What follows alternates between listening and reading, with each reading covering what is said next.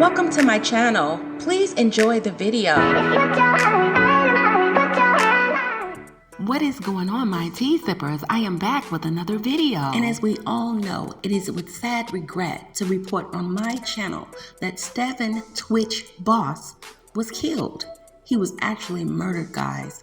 And this is alleged until the truth is actually revealed. And y'all know I had to drop a video down due to this young man's odd deletion, as it has been alleged in the public from the sources that he actually deleted himself. And due to further investigation, guys, and using my investigative skills, I've come in to determine in my Maury Povich voice, that's a goddamn lie. However, T-Sippers, I want to go back to the very beginning. I don't want to jump into this story on what's being said today. I want to let you guys know about some very odd footage that I witnessed. And I'm sure you guys have probably seen the footage, but no one was really paying attention. But first, guys, I want to bring this to your attention. About 6 months ago, Ellen posted on her show, she actually did a tribute to tWitch. And while Ellen was sitting in her white chair with her white suit on, she was actually holding up the Illuminati sign. And whilst she was doing this, she did a tribute to tWitch. She was almost crying throughout the tribute. See, guys, Ellen was actually saying that she didn't want to say goodbye to tWitch. tWitch was just a DJ on her show. That was actually a job, Ellen. So normally people do not give tribute to employees that work for them on their show. A tribute is normally given to celebrities or people who are in the public eye that have passed away. And at the time, guys, tWitch was actually seated across from Ellen, and she called him up to the stage. So to actually give this man a tribute, he was alive and well at that very time. See, T-Sippers, what I want you guys to understand is that people actually give tributes to people that have passed away. Now, why would Ellen be just ending her show and actually giving tWitch a tribute? And he's the one that ended up dying. Why didn't Ellen give anybody else a tribute on her show, live on air? Why was it only just tWitch? It seems like 6 months ago when the show was posted on YouTube, Ellen already knew that tWitch was going to leave this world. And this is just allegedly, but let's use common sense. Now, guys, I want to bring a video that's been floating around on social media. See, there was an interview that Ellen actually had with tWitch, and tWitch was not smiling at all. We all know that when you see tWitch, he has smiles. He actually smiles with his eyes, and that makes him very attractive to me. And if you guys didn't know, when a person can smile with their eyes, they are sincerely happy, and they are sincerely smiling. So this is how you know his smiles were not fake. They were actually authentic. However, T-Sippers, I do not want to get a copyright strike on my channel.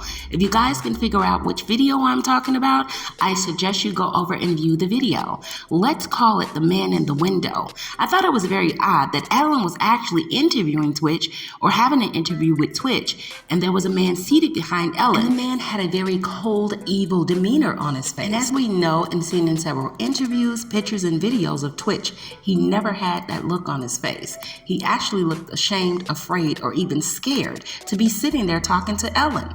Ellen was facing him, and the man was actually facing tWitch, which means that the man was actually behind Ellen's back. And not only that, guys, the man was actually seated outside the studio. He was actually sitting outside.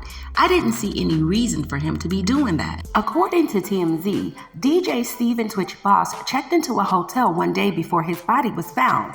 There was no indication he was upset. Now, T-Sippers, I want to break something down and make it very clearly to you.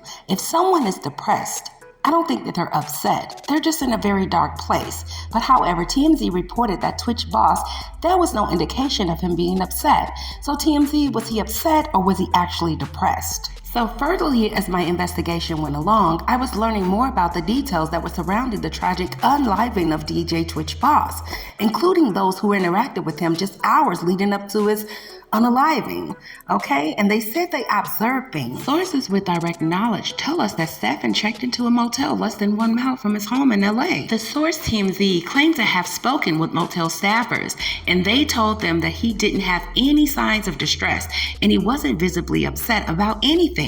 However, hotel staff did state to TMZ that they were told that the 40-year-old only had a small bag with him, and he booked the room only for 1 night. The staffers that TMZ claimed that they spoke with said said that they heard no gunfire at the point during Twitch's stay, which is possible given the motel's layout. But in my opinion, it's impossible that no one heard gunfire.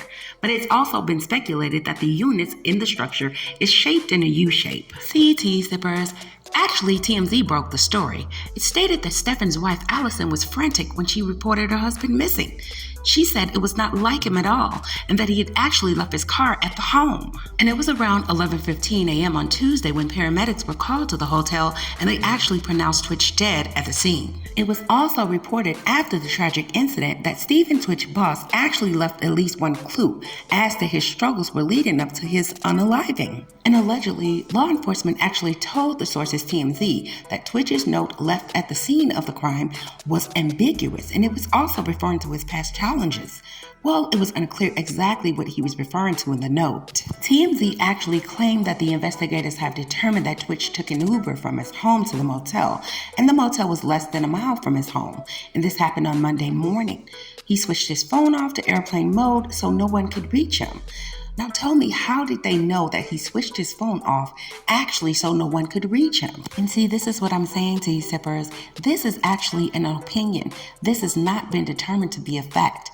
And they should have waited till the whole investigation was over and brought facts out instead of opinions. And into all facts, guys, until the investigation had been over with, they should have determined his death to be an actual death investigation before they ruled it a suicide. And I'll explain a little later in this video. And this is how I know that this man was actually murdered. He did not, and I do repeat, he did not delete himself. Now, T-Zippers, I want you guys to really listen to what I'm about to say, because this is very crucial and this could crack this whole case wide open. Now, it appears very, very early in this case, the LAPD didn't know that this man was actually missing. He only left his home for one night. Actually, the investigation was closed so fast before my eyes could even blink. And this is a very, very red flag to me that the LAPD was so quick to close his case and rule it as a suicide. Where there is a death investigation, proper steps and precautions have to be taken. And it seems that the LAPD was so quick to close his case. And here's why. And I'm going to prove to you guys that something is very wrong. Now, by law enforcement have to distinguish between a staged suicide, a homicide, or an actual suicide. And that is very crucial in a death investigation. And have you guys noticed, TMZ and other sources never reported his death as an actual death investigation.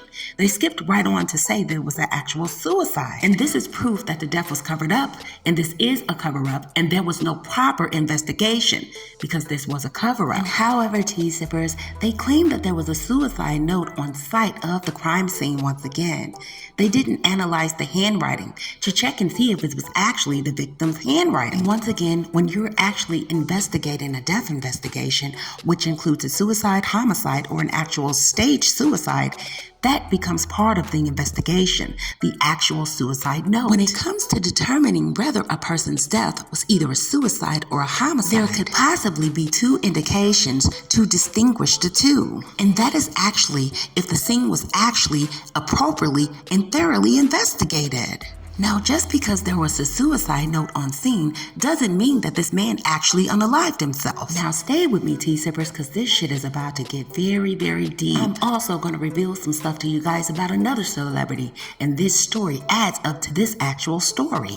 And I'm going to explain why. Now, when the investigators actually took a look at the crime scene, several different aspects were to be looked at, but it doesn't seem that happened in this case, such as the body's position, the placement of the weapon, forensics, and anything that seems out of place, out of the ordinary, all should be considered. Other indications at the scene, such as blood splatter patterns, the gun wounds, the tragedy, even the events of a struggle or defensive wounds.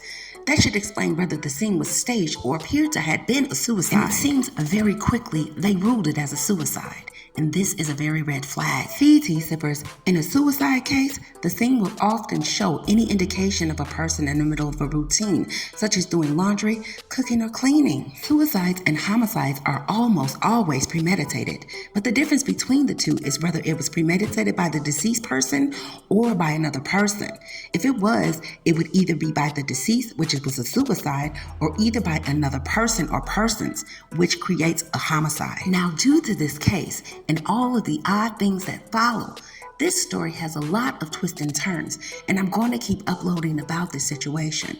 But let's get into the suicide note. And it seems, T-Zippers, in this man's unaliving, it's very clear that the LAPD never created a death investigation. They jumped right into a suicide. Nothing was properly investigated.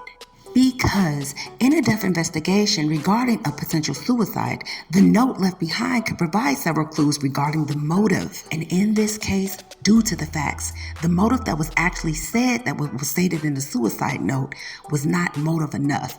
It wasn't even 50%. See, guys, we must ask ourselves, were there any internal or external forces that pushed someone to take their own life? Or does the message sound as though it was written in spite? Like, how was the note written? Can it also indicate whether the victim wrote the letter by choice or by coercion? These are several questions to consider to determine whether the person's death was a suicide or was it staged to appear as such. In reality, guys, if there is no note left behind or nothing is handwritten, red flags are often raised. And whilst this is done, this is not conclusive, nor is it a reason to rule a person's death a homicide rather than a suicide. But it does raise questions. And we must also remember the moments prior to the incident can provide insight into possible motive. Now remember, tWitch's wife says that everything was fine. They didn't argue. He just abruptly left the home. He didn't explain where he was going. He didn't drive his car. First of all, they said, the source TMZ, that he actually walked to the motel. Then they turned around and said he called an Uber. This should raise red flags, guys. Please pay attention. One of the most common mistakes is quickly ruling a person's death a suicide before a thorough investigation is done, in which I know with my eyes closed and counting backwards to 10 that the LAPD dropped the ball on tWitch's death. Now, there was a particular murder of another celebrity. He was actually a singer, and this was back in the day. However, everything seems to be matching up so far. And let's remember, guys, tWitch died in a hotel December 13th of 2022. January 13th of 1979, Donny Hathaway died in a hotel. They said he allegedly fell out a window from the 15th floor at the New York Essex Hotel. Now, remember what I just stated, guys. They said that Donny Hathaway fell from the window of his 15th floor room at the New York Essex Hotel. He fell. They didn't say he jumped, he fell. But they were so quick to rule his death a suicide. And here's what you guys didn't know. Despite being ruled a suicide by the coroner, many of Donny Hathaway's family and friends believed it may have just been an accident. Because see, due to that crime scene, there was no death investigation completed. They actually just ruled it a suicide. See, the odd coincidence of the report was actually stated that the window in the hotel was meticulously removed and it was actually placed on the bed. See, T-Zippers, before I close this video out, they tried to blame Donny Hathaway's condition and his actual unaliving himself on his paranoid schizophrenia. But if you guys can see, there was no diagnosis for tWitch. And this would make this story very odd and raises red flags for me. I don't care how much TMZ reports, they need to report the truth. And I tried to bring the truth to you guys as further as I could in this first video. Stay tuned for the next video I will be uploading. And we'll get back into Donny too. Guys, I love you. Stay tuned. Like the video, comment, share, subscribe, and share this video on all of your social media platforms. Until the next video, guys, I'll catch you on the next video.